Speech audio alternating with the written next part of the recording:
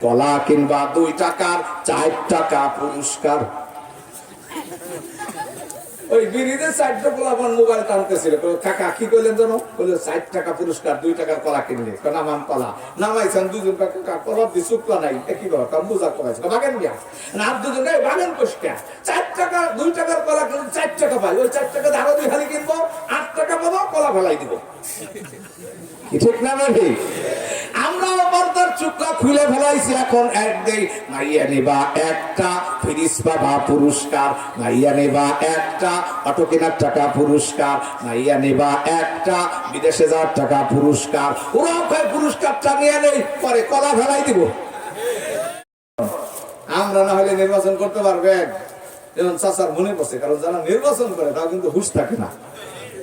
আমাদের এলাকায় এক লোক নির্বাচনে দাঁড়াইছে, তার ভাইয়ের ভোট চাওয়ার জন্য গেছে চৌমুখে, একটা হিন্দুর গ্রাম, পুরো গ্রামই হিন্দু।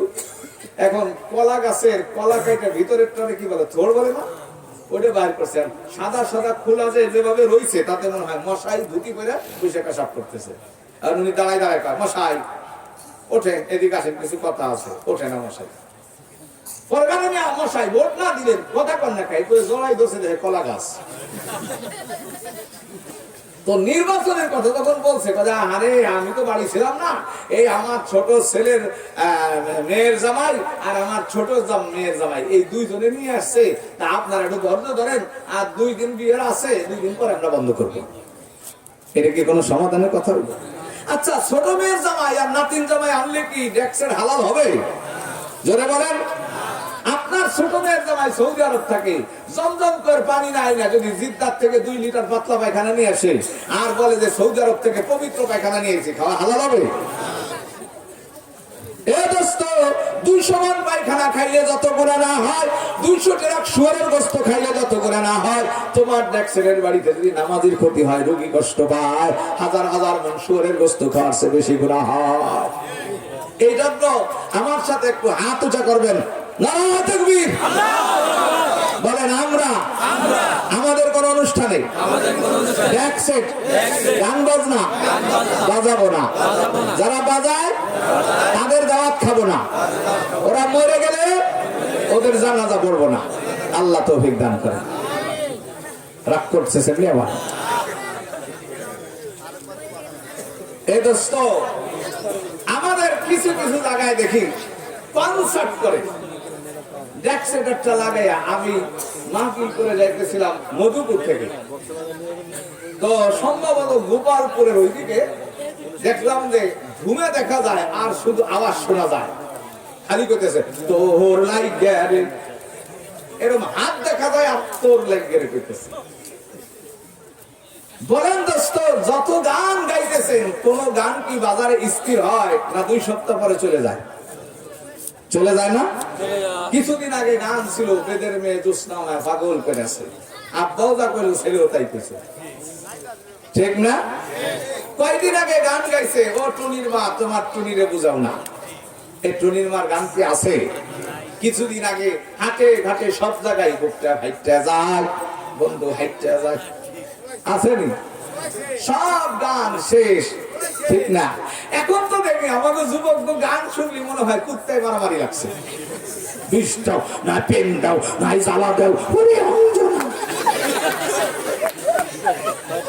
কোনো গান হইল? হ্যাঁ, না সুর আছে না তাল আছে, এ কোনো গান হইল?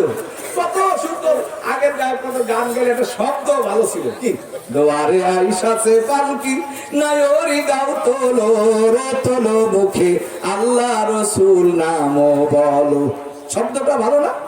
আর আমাকে কি গান গায়, সাদা সাদা কালা কালা, এর সে আবালের সালার হইতে পারে দুনিয়া?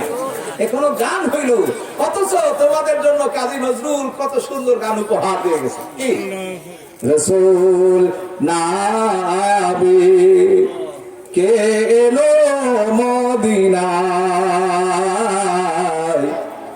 রসুল নাবি ওরে আকাশের ওই চন্দ্র কেড়ে ওকে আনলো দুনিয়ায়, রসুল নামে গলেতে তসবির মালা কে চলে ওই কামলিওয়ালা রে, ওরে আমার বুকের দরগা তলি তারি ডেকে নিয়ে আয় রসুল নামে। এতে একটা মজা আছে, শুনতে ভালো লাগে, অর্থ কোনো গুণ হবে না, ঠিক না ঠিক? আর গুণা মানে গাঙ্গা ইসকো ওয়া ইসকো ওয়া, তোমার চেয়ে তো শিয়ালের হুয়া হুয়া ভালো শোনা যায়, ঠিক না ঠিক? ওই জন্য দোস্ত ওই ছোট্ট বয়সে পড়েছিলাম আলহামদুলিল্লাহি রাব্বিল আলামিন আর রহমানির রহিম মালিকি ইয়াউমিদ্দিন। প্রত্যেকদিন প্রত্যেক নামাজের প্রত্যেক রাকাতে পড়ি আলহামদুর, মজা খতম হয় না। ছোট্টবেলা পড়েছিলাম ইয়াসিন ওয়াল কুরআনিল হাকিম ইন্নাকা লামিনাল মুরসালিন আলা সিরাতিম মুস্তাকিম।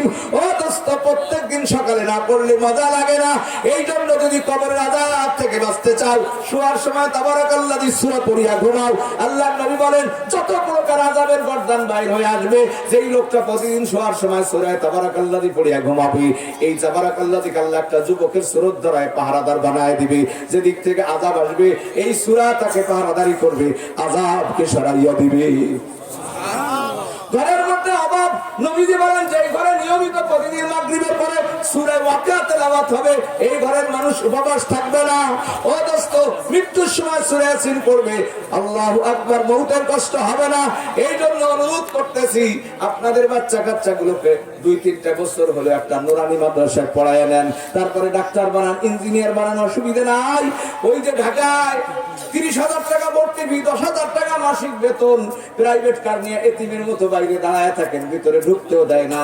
ওই খ্রিস্টান কি বলে কিন্ডারগার্টেনে পড়ান, এক ইংরেজি ছাড়া অন্য কিছু পারে না। কিন্তু আমাদের বাচ্চাগুলো 3 বছর দৌড়াতে পারলে বাংলা পারে, অঙ্ক পারে, ইংরেজি পারে, আরবি পারে, হাদিস পারে, মাসালা পারে। ও দোস্ত জানাজার নামাজে মঞ্চে দাঁড়াইয়ে দেখাই দিতে পারে। আপনার এমকম ইউপি কম পাস যদি আপনার মৌতের পাশে +B whole square equal to a square plus 2ab এইভাবে যদি 1000 বার পড়ে, তাতে কি মৌতের আযাব মাফ হবে না? কবরের পাশে যায় LLB 7 দ্বারা 44 দ্বারা 57 দ্বারা সব পড়লো, তাতে কবরের আযাব মাফ হবে না। কিন্তু যদি পাশে যায় পড়ে একবার পড়ে ইয়াসিন 10 খতম কোরআনের সব চলে যাবে।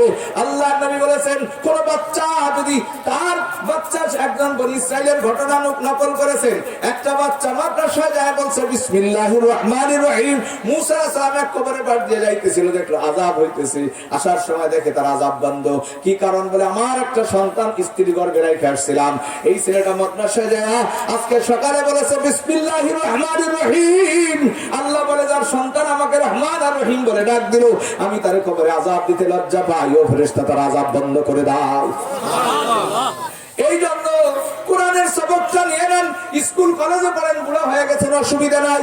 আমি ময়মনসিংহে গেলাম, মার্কাজের আমির সাহেব একজন কলেজের প্রফেসর, রিটায়ার্ড হওয়ার পরে 70 বছর বয়সে হাফেজে কোরআন হয়েছে। তুমি জেলের মধ্যে থাকতে একজন বিডিআর হাফেজে কোরআন হইল, পাগড়ি প্রদান অনুষ্ঠান হইল, জেলখানার মধ্যে হাফেজ হয়ে যায়। চেষ্টা করলে সবাই পাবে। বিএল কলেজের আমি 19 জন ছাত্র নিয়ে জামাতে গেছি, 18 জনে দেখি কোরআন শুদ্ধ। জিজ্ঞাসা করলাম কেমনে? কয় হুজুর প্রথম 3 দিন লাগাইছিলাম, একজন হুজুর আমাদের সাথে ছিল, আমরা যা পড়ি তা কিচ্ছু হয় না। পরে এই হুজুরকে নিয়ে আমরা 40 দিন তার কাছে কোরআন শরীফ ট্রেনিং করে আমরা 10টা সূরা শুদ্ধ করে নিয়েছি। পুরো কোরআন শরীফ শুদ্ধ করা ফরজে আইন নয় বাবা, গুনাহ আর গুনাহ সকলের জন্য। নামাজে যতটুকু লাগে এতটুকু শুদ্ধ করা ফরজে আইন। এইটা শুদ্ধ যদি না করেন, নবী বলেন কোরআন এমন বস্তু যার পক্ষে সুপারিশ করবে তার জান্নাত ওয়াজিব হয়ে যাবে, যার বিপক্ষে মামলা দিবে তার জাহান্নাম ওয়াজিব হয়ে যাবে। এই জন্য দোস্ত কোরআনের মামলা থেকে যদি বাঁচতে চান, শোয়ার সময় কমসে কম 10টা আয়াত তেলাওয়াত করে ঘুমায়েন। 3 বার কুল আল্লাহ পড়লেও 10 আয়াত হয়ে যায়। ও বাবা জান, হাতে পায়ে ধরে বলতেছি, কোরআনের তালেব ইলম হয়ে যান। প্রত্যেক মসজিদের ইমাম আছে, প্রত্যেক ইমাম শুদ্ধ কোরআন পড়তে পারে। আপনারা ঈশার নামাজের পরে আধা ঘন্টা কোরআন শরীফ পড়েন, কোরআনটা শুদ্ধ করার মেহনত শুরু করে দেন। 3 দিন পরেও যদি মউত হয়ে যায়, নিয়ত করছিলেন আমি কোরআন শুদ্ধ করব, আল্লাহর নবী বলেছেন এই শুদ্ধ করতে করতে 2 অক্ষরও শুদ্ধ হয় নাই, তার আগেও যদি মউত হয়ে যায়, এই লোকটার হাসর হবে বড় বড় হক্কানি রব্বানি আলেমের সাথে। সুবহানাল্লাহ ছেলেকে আলেম বানানোর নিয়ত করেছিলেন, অনেক চেষ্টা করছেন, সিকেল দিয়েও ছেলেকে মাদ্রাসায় রাখতে পারেন নাই। আপনি বাবা ব্যর্থ নয়, যেই বাবা আলেম বানানোর নিয়তে ছেলেদেরকে মাদ্রাসায় দিয়েছে, যদি আলেম হয় তো ভালো কথা, না হইলেও ওই বাবাকে আমাদের দিন আলেমের বাবা হিসেবে পুরস্কার পাওয়া যাবে। এই জন্য নিয়ত করা যাবে নাকি ইনশাআল্লাহ? আমি তো বলি দোস্ত, আমাদের একটা নুরানি মাদ্রাসার ছাত্র 3 মাস আগে ভর্তি হয়েছে, ও যদি পেশাব করে দাঁড়াই পেশাব করেনি, কিন্তু কত ভদ্র শিক্ষিত পশ্চিম দিক দাঁড়াই দাঁড়াই ফায়ার সার্ভিস সেট করে। এটা দাঁড়াই মুততেছে, আমিও বাসাতে পেরেছি। এই কিরে সাইফুল, ও কি তুই দাঁড়াই মুতলিকে? দাদা আপনি এই কোহনতে গুলে দেখে গেলাম, আমি দেখলাম তো তুই দাঁড়াইলি কেন? দাদা কি সমস্যা আছে? কি সমস্যা? হাঁটুতে ব্যথা? না। পরে কাজে দাদা এই প্যান্ট তো, আমি তো এই প্যান্ট তুই বানাইছিস কেন? এই পৃথিবীতে যাদের সমস্যা আছে বৈশ্য মুক্তে, আল্লাহ তো কত বৈশ্য মুতার কথা কয় না কি? যেমন কুত্তা, ও যদি বৈশ্য মতের পাইপটা এভাবে খাড়া করে সেট করা, দুধ পাইতে লাগবে না? ওরা কি বৈশ্য মুক্ত পেয়েছে? তোমার আল্লাহ তাআলা এই সব জায়গায় বিয়ারিং লাগাই দিছে, উঠা বসা কোন জায়গায় সমস্যা নাই। কি কারণে আমি সমস্যা বানাইলাম? হায় ভদ্রতা, যে দাঁড়াই প্রস্তাব করার মধ্যে ভদ্রতা শিখলো আমার সুন্দর যুবকেরা। আজকে দামি দামি প্যান্ট গুলো কাশি দিয়ে পুষাইয়া কুত্তে দিয়ে এসরাইয়া এইটারে বলে দামি প্যান্ট। ভালো প্যান্ট ছিঁড়ে পড়ার নাম কি ভদ্রতা? হ্যাঁ, ভারতে কলেজ ছুটি হয়েছে, খোলা পান ওই ট্রেনে উঠবে, একজনের আবার পেশাব করছে। সবাই যখন উঠছে, ও পেশাব করতে করতেই ট্রেন দিছে ছাইড়া। ও যে পেশাব করে দৌড় দিছে চেন না লাগাইয়া, যখন ভিতরে ঢুকছে সবাই ওর দিক তাকার হাসে। ঘটনাক্রমে প্রফেসর সাহেব ওই বগিতে ছিল, সে দেখলো যে আমার তো ছাত্র। এই ছেলে কি করছে এটা? স্যার আমি তো কোনো অন্যায় করিনি। আমি অন্যায় করার নিচের দিক তাকাও।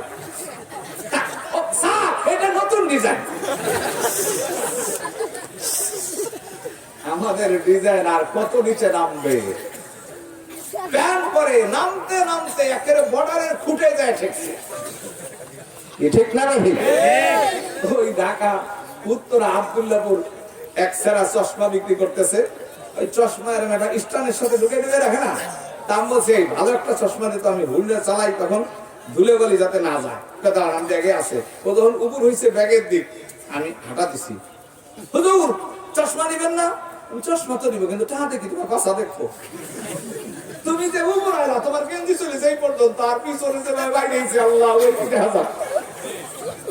কি ঠিক না রে? নবী আমার বলেন আদাবানি রব্বি ফাহসানা তাদিবি ওয়া আল্লামানি রব্বি ফাহসানা তালিবি। আমার খোদা আমাকে সভ্যতা শিক্ষা দিয়েছে, আমার সভ্যতার বাইরে পৃথিবীতে কোনো ভালো সভ্যতা হতে পারে না। অতএব আল্লাহ নবী সুন্নতের সভ্যতা বাদ দিয়া সিরা প্যান্ট পরে পাছা বার করে তুমি সভ্য হবা, শুয়ার আর কুকুরের মতো অসভ্য হয়ে যাবে। নবী আমার বলেন লাতাত্তাবিউন্না মান ক্বাবলাকুম শিবরাম বিশিবরিন যারাআম বিযারাইন হাত্তা লাউ দাখালু জুহরা যাব্বিন লাতাত্তাবিউনাহুম। এমন এক জামানা আসবে আমার উম্মত ইহুদি খ্রিস্টানের অনুকরণ করতে করতে ওরা যদি মায়ের সাথে দাঁড়াই জিনা করে, আমার উম্মত তাই শুরু করবে। আজ আমার দেশে ঢাকার মধ্যে বড় বড় সম্ভ্রান্ত এলাকার মধ্যে যা চলছে তা বলার মতো নয়। ভাই বোনে চেনা হইতেছে, মামা হয়ে ভাগ্নিকে বিয়ে করবে, পাগল হয়ে গেছে। আমরা জানি কেমনে? কারণ শেষ তদবির তো তাবিজ। ঠিক না? তাবিজ দেওয়ার জন্য আসছে বাবা আমার কাছে, আমার ছেলে আমার আপন মেয়ের মেয়েকে বিয়ে করতে চায়। বলেন এই পৃথিবীতে আল্লাহ তাআলা 14 জায়গায় কুদরতি পর্দা সেট করছে, ঠিক না? মার সাথে সন্তানের পর্দা কে সেট করছে? আল্লাহ। বোনের সাথে ভাইয়ের পর্দা কে সেট করেছে? আল্লাহ। মানবতার পর্দা 14 জায়গায়, মামার সাথে ভাগ্নির পর্দা, খালার সাথে ভাগ্নের পর্দা, ফুফুর সাথে ভাস্তের পর্দা, এটা চোখের পর্দা আল্লাহ সেট করে দিয়েছে। এই জন্য কোন সন্তান বৈধভাবেও তার স্ত্রীর সাথে আপন মা বাবার সামনে কি সঙ্গম করবে? লজ্জা। এই লজ্জার পর্দা আল্লাহ দিয়েছিলেন, কিন্তু ল্যাংটা পোশাক আর হারাম ছবি ভাই বোনে একসাথে দেখতে দেখতে মামা ভাগ্নি এই সব করতে করতে মানবতার পর্দা হারাই ফেলছে, ঠিক না? এই জন্য আল্লাহ বলতেছেন উলাইকা কাল আনআম, এগুলার মানুষ নাই, এগুলা পশুর সমতুল্য। আল্লাহ যখন বলছে পশুর সমতুল্য, কুত্তায় কয় আল্লাহ আমাদের সাথে কমসে কম তুলনা দিয়েন না, কেন আমাকে ইজ্জত যায়। কুত্তায় তোর ইজ্জত কেমনে যায়? কুত্তায় কয় আল্লাহ আমরা বছরে 13-14টা বিয়ে করি, কোনদিন বোর কাছ থেকে যৌতুক খাই না। কোন কুত্তায় যৌতুক নেয়? এ যৌতুক নিয়ে হালাল না হারাম? আরো জোরে, আরো জোরে। হ্যাঁ, আমরা যৌতুকের প্রথা কেন হইল? দামি জিনিস বেদামি বানাইলে আপনি এই আপনাদের ময়মনসিংহের পচা মাটিতে যদি কলা গাছ লাগান সেইরকম হয় না। আর কলা কিন্তু কয়েক প্রকার, সবরি কলা, রুমরি কলা, সাগর কলা, বিচে কলা আছে না একটা, আরেকটা আছে দয়া কলা, ওর বিচিও বেশি লম্বা হয়, গাছও বিশাল হয়। চাচা এক ছড় কলা নিয়ে চিন্তা করছে যে এই ভরা করের মানুষ তো এর দাম বুঝবে না, কষ্ট করে যদি রেকাবি বাজার নিয়ে যাইতে পারি 20 টাকা হালি বেচবো। কিন্তু মুক্তারপুর ব্রিজ পর্যন্ত যাইয়া চিন্তা করে এত বড় বুঝা নিয়ে হাঁটতেছি, ভ্যানও নাই, রিক্সাও নাই, আরে আমি কি বোকা নাকি? যদি চুকলা আর ছড়টা ফেলাই দেয় তাহলে তো 1/3 ভাগের 2 ভাগ বোঝা কমে যাবে। মুক্তারপুর ব্রিজে বসে বসে সব চুকলা কথা শুনছে। আল্লাহ, এই চাচার কলার পিছনে বুইয়া মাছি মিছিল দেয়, ঠিক না? ঠিক। চাচা কলা নিয়ে যখন ফল হাঁটা ঢুকছে, এখন সবাই কয় চাচা আপনি শুটকি মাছ নিয়ে ফল হাঁটাইছেন? বলো না না, আমার ফলমালিন মুক্ত গাছ পাকা কলা, আর আমি মাছি ব্যঞ্জন করে বোঝা কমাইছি, বাগানিতে রাখতাম। এখন বলেন এই বোঝা কমানো কলা নিয়ে চাচা সন্ধ্যা পর্যন্ত দাঁড়াই রয়েছে। সন্ধ্যার আগে এখন চাচা যখন কলার বোঝা নিয়ে হাঁটা দিছে, কেউ কেনে না, অ্যাড দেয় কলা কিংবা 2 টাকার 4 টাকা পুরস্কার। ওই বিড়িতে 4 টাকা আমার মোবাইল টানতেছিল, কাকা কি করলেন জানো? বলে 4 টাকা পুরস্কার, 2 টাকার কলা কিনলে। নামান কলা নামাইছেন, 2জন কলা দিয়ে শুক্লা নাই, কি বল বোঝা কমাইছে, বাগান গিয়া না দুজন বাগান কোষকা 4 টাকা 2 টাকার কলা কিনলে 4 টাকা পাই, ওই 4 টাকা আরো 2 হালি কিনবো, 8 টাকা পাবো, কলা ফেলাই দিব। ঠিক না ভাই? আমরা পর্দার চুকলা খুলে ফেলাইছি, এখন এক দেই মাইয়া নেবা একটা ফ্রিজ পাবা পুরস্কার, মাইয়া নেবা একটা অটো কেনার টাকা পুরস্কার, মাইয়া নেবা একটা বিদেশে যাওয়ার টাকা পুরস্কার। ওরাও কয় পুরস্কারটা নিয়ে নেই, পরে কলা ফেলাই দিব। ঠিক না ভাই? এই জন্য দোস্ত, যৌতুক নিয়ে হালাল না হারাম? তুমি যদি 1 লাখ টাকা যৌতুক নাও, তুমি 10 লাখ টাকার ফেরে পড়বা। আইছে হুজুর আমি 6 বছর ধরে বিয়ে করছি, মাই হয়েছে 7টা। শয়তান, 6 বছরে 7টা মাই হলো কেন? হুজুর পয়লা 3 জোড়া হয়েছিল। তোমার মাইয়ের চেহারা কেমন? করলে হুজুর আর কয়েন আল্লাহ শুকরিয়া আদায় করি, আমার মেয়ের হাড়ি পাতির পাশে বসে ভাত খালি, পাতিল কোনটা মাইয়া কোনটা পাশে না জানে। হুজুর কা ঠিক আছে, তোমার হাত 3টা হোক, 1 লাখ টাকা যৌতুক কিছু, 1-এর বদলা 10 পাই যাও। ঠিক না বলি? এই জন্য দোস্ত, যৌতুক নিয়ে হালাল না হারাম? অতএব আল্লাহ পাক পবিত্র মুখ বানাইছে, ঠিক না ঠিক? এই মায়ের পেটের মধ্যে আল্লাহ খাবার কিন্তু মুখ দিয়ে খাওয়ায় নাই, কারণ খাবারটা ছিল নাপাক, নাভি দিয়ে খাওয়াইছে। দুনিয়াতে যখন মুখের খাবারের দরকার, আগেই আল্লাহ বলে উহিল্লাত লাকুমুত তাইয়্যিবাত, আমি তোমার জন্য গরম দুধের ব্যবস্থা করেছি, দুনিয়াতে হালাল খাবার তোমার দিয়েছি। তুমি গরু খাও, ছাগল খাও, হাঁস খাও, মুরগি খাও, দেশি মুরগি, পোল্ট্রি মুরগি, লিয়ার মুরগি সব খাবা, কিন্তু জুতার আঠা খাবা না। ঠিক আসেনি? একদম আছে। আমাদের সমাজে গাঁজা, ফেন্সিডিল, ইয়াবা, জুতের আঠা, ছোট ছোট পোলাপান দেখি কলমের মতো টানে আর ধুমে বেরোম। কি রে, কলম দিয়ে ধুমে বেরোকে? কলম না, এটার নাম কি পাই? ব্যাপ। নেশা আমাদের রন্ধে রন্ধে ঢুকে গেছে, ঠিক না ঠিক? এই জন্য বলেন এক